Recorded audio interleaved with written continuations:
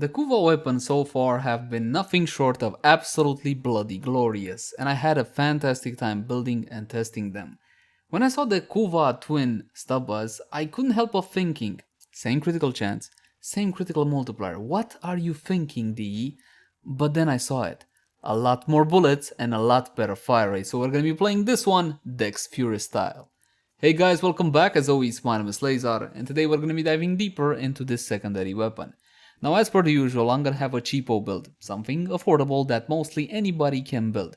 But of course, we also have the quote-unquote endgame setup with a Riven. That said though, please keep in mind that my builds and guides take a new player-friendly approach. That's because there's a lot of info here and I want anybody watching to understand how the weapon functions and how it should be built. So in case you're a veteran and you already know most of this stuff, please bear with me. And with that out of the way, let's jump into the Kuva Twin Stubbas. Let's begin by checking out how the weapon is handled without any mods equipped. Now, the Kuva Twin Stubbas are a pair of automatic pistols, and that's pretty much it. The weapon is hit scan. This is not projectile based, so as soon as you pull the trigger, you're gonna be registering a hit as long as you can aim, that is. Now, speaking about aiming, the recoil is a tad on the strong side. Take a look.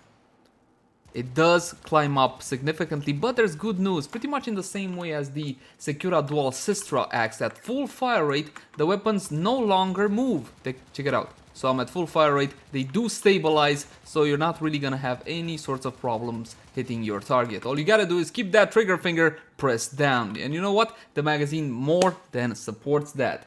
Now let's jump into stats to have a better look at what we're dealing with. Mod capacity is gonna be 80 out of 80. Now this is not necessarily your regular affair when it comes to weapons. Keep in mind that all of the Kuva weapons can get to this insane mod capacity. All you gotta do is plug in 5 Forma and an Orokin Catalyst that you get from invasions, you get from alerts, and you can also get it from the daily sortie. But of course, the primary way of obtaining these catalysts nowadays is from Nightwave. Now let me explain. All of these Kuva weapons act like the Paracesis, which is fantastic. The extra mod capacity definitely comes in useful. You don't necessarily need to Forma 5 times for the build I'm recommending you. 1 Forma, maybe 2, because it already comes with a default V or Madurai polarity. But if you want every single little drop of mastery points, you do gotta Forma them 5 times so they reach maximum level of 40, which is why we have 80 with a Orokin Catalyst. Now the accuracy on these guns is 36.4, which is beautiful, and I thought that Magnum Force would work, but unfortunately my 20-meter test showed that most of the bullets were landing completely off the crosshairs, so I don't really recommend it. Now, don't misunderstand. Under 20 meters, 15, 10, something like that, you're gonna be just fine with Magnum Force, but for longer range shots, definitely not ideal. Base critical chance, 23%, pretty decent, and a decent critical multiplier of 19% with a fire rate of 10 and a huge magazine of 114. So you got a good fire rate, good magazine, noise alarming, but the reload, unfortunately, is a tad on the lengthy side. 2.7 seconds is about 0.7 seconds too long from my humble point of view, but again, you do have that huge magazine. Riven disposition, 3 out of 5, smack in the middle, because this is the Riven dispo that the developer awards any brand new gun. And this is a brand new gun, since again, we don't really have a normal version of the Twin Stubba. So, there you go. Status chance, pretty high at 31%, trigger auto. Again, it is hit scan, and we got impact puncture slash and electricity on the weapon. Now you got impact puncture slash normally on the base version of this weapon. Let me show you a little bit of something. This would be the Kuva Twin Stubbas. This is the base version that you got to work with. Impact puncture slash and no elemental whatsoever, because the elemental is decided by what progenitor did you use to obtain your Kuva Lich. Now, if you want electricity, you can go with Volt. If you want heat, you can go with Ember. If you want toxin, beautiful idea by the way, you can go with Sarin. Now, there's multiple progenitors, and I got a video on this, link in the cards right now. Keep in mind that the rolls that you can get are between 25 and 60%. And of course you want to get as high as you can, but that's totally RNG at this point, so that might be a bit of a pain. The twin DubbaStubba that I have are a roll of 47% electricity. Again, I recommend electricity because this one right now doesn't bug as often as everything else. So there you go, DE will fix these issues, so don't worry about it. You don't need to worry about this will bug and that will bug. I'm pretty sure they will fix all of the weapons that we got up until this point as well. Now here's another thing which I do want to point out. Let's say that you are like me, right? And you got yourself a twin DubbaStubba. I gotta stop saying that. Twin Stubba with a 47% roll of whatever. But then you got a better one with a 52% roll. What you can do is go into actions and use Valence Transfer. Using this will upgrade your existing 4-mod 47% Stubba with the stats of the brand new one, which is superior, so you don't have to go through reformatting it and all whatnot. Fantastic feature, thank you. Now, with that out of the way, let's talk about the impact puncture and slash on this weapons. As you can see, the impact and slash are pretty much neck and neck on the weapon, which is a bit of a pain. If you manage to get a minus impact Riven, that would be glorious. Now let's jump into a standard build. And we got damage with Hornet Strike, multi-shot with Battle Diffusion, as well as Lethal Torrent, critical chance, critical damage combo between Pistol, Gambit, and Target Cracker. And of course, if you got Prime mods, use your Prime mods. Not everybody has Prime mods, so initially we're going to be testing out the weapon like this. Now, these are mandatory mods. What you do from this point onwards really depends on which direction do you want to take the weapon. And let's do something that I normally don't really do. Let's first go for a slash build. I want to make it a slasher. Can I? Well, I definitely got the status chance, but the IPS doesn't really support that all that well because, again, while slash may be proc priority number 1, it's really close to impact, so ideally a minus impact Riven if at all possible. We're not gonna go for a Riven. Let's see what we can do without a Riven. First off, slash goes fantastically well with the viral elemental combo for obvious reasons. Reducing the target's maximum health to 50% for the duration of the viral effect. Combination between cold and toxin, and you can also write in viral like so, but I'm so used to doing it the old way. 260-60 mod because of course increasing my status chance will also mean more procs on my target. In my case I want slash. Now normally at this point you can go for more critical chance, you can go for more damage if you want to, you can go for more critical damage even if you got a critical chance Riven. But in my case, because of the impact here, I'm gonna do something that I normally don't really do or recommend. We're gonna go with a plus slash Riven God mod. Now let's understand exactly what does this plus slash mod do. It does add the tiniest bit of damage when it comes to actually hitting your targets, and it doesn't increase the proc value of your slashes. What it really does, its main bloody function, is the fact that it makes slash a much higher priority to proc. That's what it does. Okay, yes, it may add 1 or 2 or 3 damage, nothing significant. What it does is increase the proc chance of slash. In my case now I'm 249, much higher than everything else, and keep in mind that impact, puncture, and slash have a 4 times greater chance at applying a status effect over elemental types such as electricity, viral, etc, etc, etc. Oh god damn it, I forgot about the stupid Exilus mod slot. Now when it comes to these secondary weapons, it's entirely up to you. If you're looking at a spray and pray kind of approach like this one, like the Twin Grakata for example, you can go with ammo mutation. You can even use the prime version, but from my experience that's really not necessary. Here's another option. Usually this is the one I go for steady hands, because more bullets on my targets means actual world DPS, not just paper DPS. I go with steady hands, and if I have problems with ammo, then what I do is simply drop one of these here ammo pads. Problem solved. Big freaking woohoo. So level 120 corrupted heavy goons as per the usual, and let's see what a slash build can do on the Kuva Twin Stubbas. We're gonna hit a target till about 50% give or take, then see if the slashes manage to finish it off. Oh yeah, that definitely works. But it's not the kind of performance I'm looking for from these Kuva weapons, because again, these are fantastic weapons. Almost all of them are heavy hitting weapons. But if you must have a slash build, if this is the way you enjoy playing, hey, I'm not judging, you can make it into a slasher, and this would be pretty much the build you're looking at. You can add a bit more power on it if you go with prime mod, so there you go. And again, the Exilus mod is entirely up to you. If you prefer something like ammo mutation so you don't need to worry about ammo, go for something like that. You can go targeting subsystems for more accuracy. I prefer steady aim for less recoil. There's not a huge DPS impact on weapons such as these when it comes to the Exilus mod slot. And now that that's finally out of the way, it's Corrosive time, as it should have been. So we're gonna go with electricity. We're not gonna be using Jolt, my friends, because this one can get a little bit expensive. If you see Battle bring Jolt, he brings it once every couple of months, and it's the only way to get Jolt and Voltaic Strike. Make sure you have a copy of each. And if you fancy yourself a bit of an entrepreneur of sorts, you can pick up multiple copies and make a bit of a profit later on. We just wait for Battle to like bring them after a month or so, sometime like that.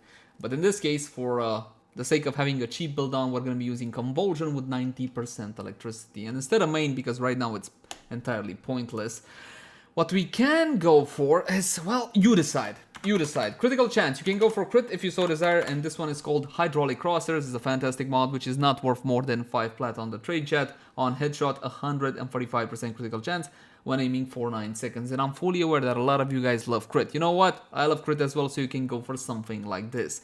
Now in my case, in the case of the Corrupted Heavy Goons, it's much smarter to add on another 60-60 or a 90 mod for more corrosive. But I know you guys love this, so we're gonna go like this. More crit and all whatnot. The same level 120 Corrupted Heavy Goons, and you will see this weapon will be outperforming the Slash build right now, as it should be considering the elemental combo. I mean, it just goes straight through, and it's normal for it to act like this. If the targets were different, then maybe not. But again, it really depends on what you're shooting. Oh, by the way, you can finish off your targets like this. Any target in the game nowadays. And no, you cannot farm your Requiems in the Simulacrum. That would have been a pretty interesting bug. Now, the performance on these weapons, from my point of view, is absolutely top-notch, fantastic, especially considering how easy it is to use the weapon. These are not projectile-based. They're automatic to use, they're hit scan, and you know what? The magazine is pretty huge, so it is pretty comfortable to use the weapons. The one problem I do have is the reload is a tad on the lengthy side, but other than that, I got nothing bad to say about these weapons. They will be outperforming something like the X-Killero Prime very, very easily. Then again, nowadays, what exactly isn't outperforming the X-Killero Prime? Oh yeah, let's talk Rivens. I know you guys love Rivens, and Rivens for this thing right now are a little bit on the expensive side because again it's a new weapon, wait for the hype to die down and the price will die down as well. Now this one is a weird story behind this one. It's a loaner from a viewer, but we actually rolled it, okay? We put in about 20 rolls, something like that, and the best we got is critical chance, multi-shot, and the ideal Riven for the Twin Stubbas, Kuva Twin Stubbas is critical chance up until 100%. If with a Riven, or if you want to use something like Hydraulic Crossers, that's also fine. Multi-shot damage or critical damage with a harmless negative. The ideal negative, of course, will be minus impact. If you guys get something like that, it would be truly, truly glorious. Once again, this is a corrosive heat build, as before, because I got heat on my Riven over here with steady hands, prime pistol gambit, prime target cracker. One more time, the same Corrupted Heavy Goons, level 120 as before. And yes, Riven disposition of free makes one hell of a difference. Check it out. Absolutely freaking annihilated.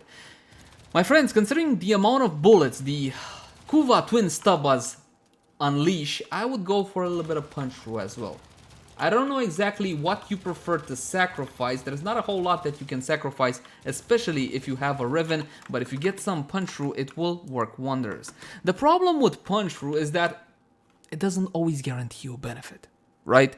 There will be situations when your punch through will be entirely worthless, but there you go, take it under advisement. Now still one more thing which I do want to do, bump up everything with Warframe buffs, and for that we're going to be using the ever so lovely, oh damn, I did it again. Lady Mirage Prime. As for buffs, let's hop on over. For Nora, you can use something like Pistol Lamp, and Pistol Lamp will increase secondary damage by 27%.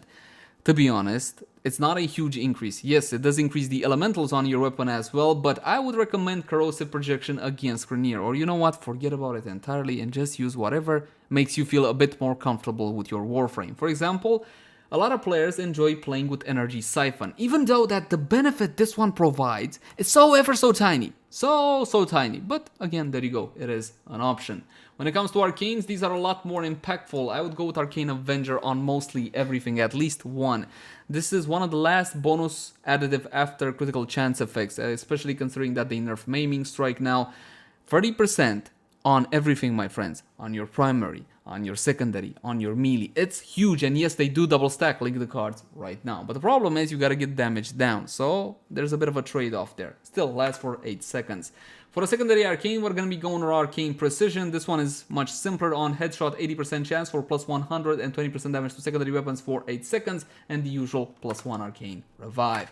Now let's see what we can do with some Warframe buffs. We're going to be spawning in the same Corrupted Heavy Goons level 120, only this time I'm going to be unpausing them so they can hit me and I can get me buffs. And of course, Mirage's fantastic third ability for a massive damage increase, as well as her lovely.